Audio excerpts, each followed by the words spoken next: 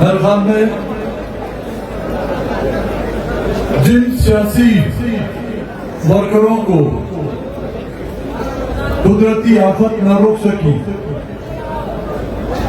बारिश और तूफान उनको रोक नहीं सका, दफा 144 उनको रोक सकेगा?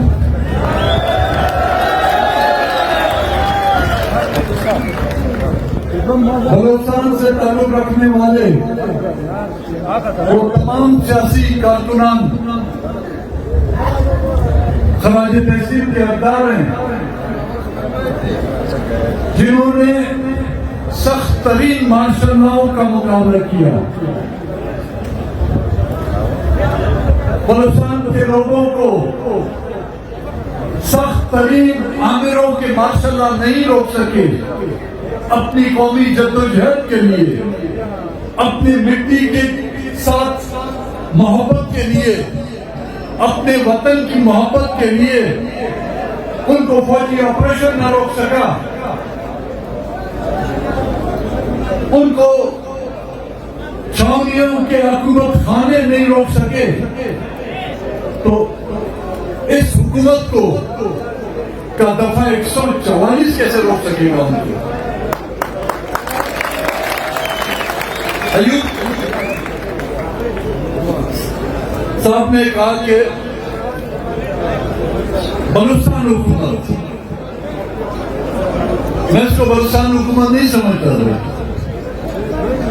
ना ही मरकज में बनी हुई हुकूमत को मैं पाकिस्तान की हुकूमत समझता हूं। ये एस्टेब्लिशमेंट की हुकूमत है।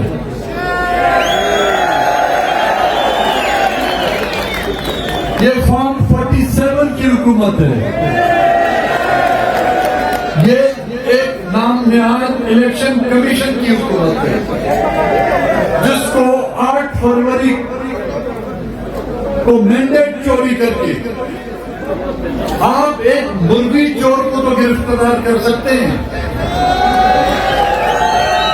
आप एक बकरी चोर को तो गिरफ्तार कर सकते हैं, आप एक मोटरसाइकिल को गिरफ्तार कर सकते हैं।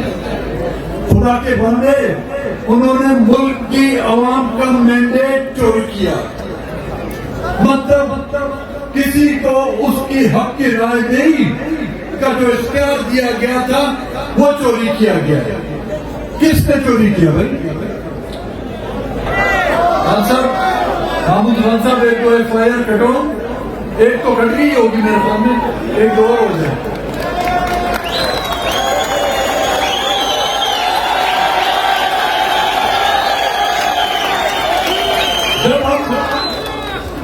जब हम बात करते हैं एस्टेब्लिशमेंट या फौज का नाम लेते हैं तो कहते हैं ये गद्दार है। चलो भाई, हम आपका नाम नहीं ले रहे। ये हिंदुस्तान की फौज ने ये कुछ किया, ये अफगानिस्तान की फौज ने मैंडेट चोरी किया, ये ईरान की फौज ने यहाँ पे मैंडेट चोरी किया, ये अमेरिका की फौज ने मैंडेट चोरी किया। चलो फर्ज कर लेते हैं 1 मिनट के लिए, ये हिंदुस्तान की फौज ने आके यहाँ पे डब्बे चुराए, यहाँ पे ठप्पे मारे, यहाँ पे लोगों का मैंडेट चुराया। अगर उसने चुराया तो फिर तुम किस बला की दवा हो जो यहाँ पर बैठे हुए? तुमको जो ये तनख्वाहें मिल रही हैं, तुमको जो ये मराते मिल रही हैं, तुम ये कर्नलों से लेकर जनरल जो ये यहाँ पे ठाके मार कर घूमते हो, अवाम के टैक्स पर तुम लोग जो पलते हो, अवाम के टैक्स पर खा खा कर तुम जो किलो के हिसाब से नहीं, टनों के हिसाब से तुम्हारा वजन बढ़ रहा है। क्या इसी खातिर तुमको ये तनख्वाहें दी जाती है कि तुम अवाम के मैंडेट को चुरा कर और उसको उन लोगों को दे दो जिनको उसके घर वाले भी वोट नहीं देते। हिंदुस्तान में ऐसे लोग कामयाब कराए गए हैं जिनको उनके मोहल्ले के लोग पहचानते भी नहीं हैं, जिनको उनके घर वाले भी वोट नहीं देना पसंद करते। हुक्मरानी कर रहे हैं। यहाँ पर इस मुल्क में जो खुशहाल तबका है, ये वो एस्टेब्लिशमेंट है जिसके 7 पुश्तें जो है आबाद हो चुकी हैं इस मुल्क के लोगों के टैक्स के पैसे खा कर। लेकिन इस मुल्क में की आवाम आज भी बदहाल, बेरोजगार, एक वक्त की रोटी के लिए मोहताज है। यहां पर जब हम बात करते थे कि जी हमारे लोग उठाए जा रहे हैं, मिसिंग पर्सन की जब हम बात करते थे, लोगों को हमारी बात का यकीन नहीं आता था कि कैसे लोग मिसिंग होते हैं, किस तरह लोगों को उठाया जाता है। हम जब असेंबलियों में ये तस्करा करते थे, इसका जिक्र करते थे, लोग हम पर तंज करते थे। आज यही सूरत हाल जिसकी इब्तिदा बलूचिस्तान से हुई थी, हम उस वक्त भी कह रहे थे कि खुदा रहा इसको रोको, हमारे बच्चों को जो उठाया जा रहा है इसको रोको। किसी ने हमारी बात नहीं सुनी। आज मुल्क के कोने कोने में आप लोगों को जो है मिसिंग पर्सन की सदाएं सुनाई देती है। ईद के पूर्व मौके पर लोग ईद की खुशियां मनाते हैं, औरतें बच्चे ईद की खरीदारियां करते हैं, जश्न मनाते हैं लोग ईद की खुशियों में। रिश्तेदार एक दूसरे के घरों पे ईद की मुबारकबाद देने के लिए एक दूसरे के घरों पे जाते हैं। बहुत हम कौन हैं जो हमारी माएं बहनें ईद के खुशी के दिन भी सड़कों पर अपने प्यारों को ढूंढ रही हैं। बहुत हम कौन हैं जो ईद के जब कुर्बानी की ईद होती है, लोग दुम्बे काटते हैं, लोग बकरे काटते हैं, लोग गाय और ऊंट काटते हैं, ज़िबा करते हैं। हम अपने प्यारों के जनाजे उस दिन ईद के दिन उठाते हैं।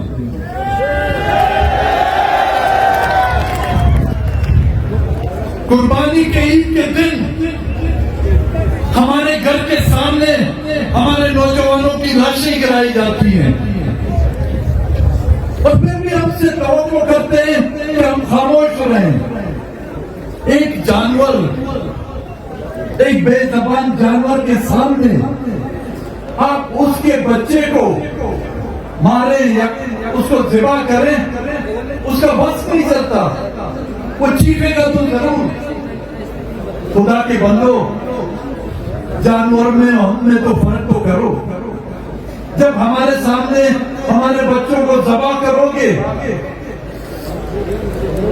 10-10 साल एक माँ रोते रोते उसकी आंख की बीनाई खत्म हो जाती है अपने बच्चे को देखने के लिए। वो बिस्तर मर्ग पर भी उसकी आखिरी ख्वाहिश ये होती है कि उसका बेटा उसके सामने उसकी नजरों आए। उसको कब्र में भी उतारा जाता है, उसके बेटे को यह हक नहीं दिया जाता कि वो अपनी माँ या अपने बाप को जो है कब्रिस्तान तक जो है पहुंचाने में अकलिया दे सके, उसकी जनाजा नमाज पढ़ा सके। किस इस्लामी कवानीन में हमारे क्या आपको पास कपड़ों की कमी है? एक सफेद कपड़ा भी कफन के लिए हमारे बच्चों को आप मुहैया नहीं कर सकते। बगैर गौर कफन आपने इज्तिमाई कब्रों में हमारी बच्चों की लाशों को धकेला उन कब्रों पर, और उन पर चूना डाला गया है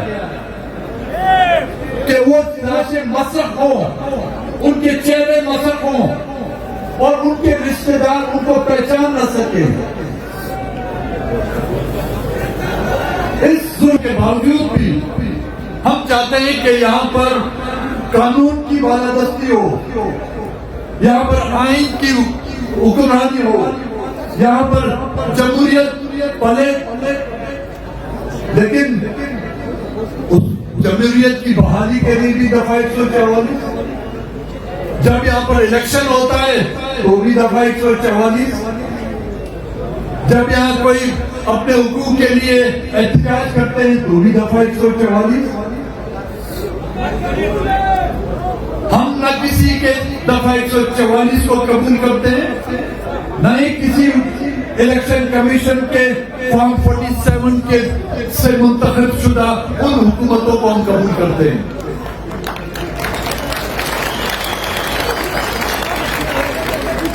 एंगल चेंज कर देती है थोड़ा लोग अपने तौर पर खुद अपना रोजगार यहाँ पर पैदा करते हैं।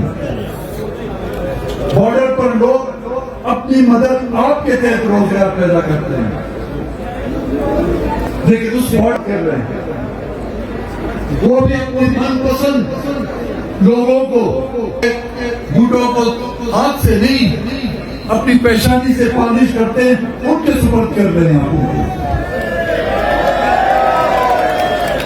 हमें रोजगार कितने लोगों को सरकार पे आप नौकरी देते हैं? जिस तरह यहाँ पर लोगों का मैंडेट चोरी करके करोड़ों रुपए लिए गए, इन्होंने नहीं लिए भाई, वो हिंदुस्तान के कर्नल आजम ने लिए थे। हिंदुस्तान से था, यहाँ तो नहीं था, मेजर था, कर्नल था, वो हिंदुस्तान से था। उस पर वो बंदोक पता नहीं चमन के रास्ते से क्या यहाँ पर पहुंचा। साथी जब चमन जाए तो चमन और ये कर्नल हाशिम आया कहां से था? रोजगार तो आप मुहैया नहीं कर सकते। जब हम रोजगार के लिए आपके दरवाजों पर आते हैं, बगैर रिश्वत के आप रोजगार भी नहीं करते। आपका दिया हुआ रोजगार हमारे लिए जो काली कबर है, जो रोज अव्वल से 1947 से आप हमें देते आ रहे हैं, क्योंकि ऐसा तो बारिश हो जाए। मैं आखिर में तमाम सियासी वर्करों का, कश्मीर काबिली आवामी पार्टी के दोस्तों का और तमाम उन सियासी पार्टियों का तहे दिल से मशकूर और ममनून हूं कि उन्होंने आज इस खराब मौसम के बाद इस जलसे में आप लोगों ने शिरकत इख्तियार की, और ये उम्मीद रखता हूं कि हमारी ये तहरीक ना कि सिर्फ बहाली आइन, जमहूरियत की पासदारी, बल्कि कौमों की बुनियादी हुकूक, हर कौम को उस खित्ते में जो कौम आबाद है वो कौम उस खित्ते की मालिक करार दी जाएगी। तब तक ये हमारी जद्दोजहद जारी रहेगी।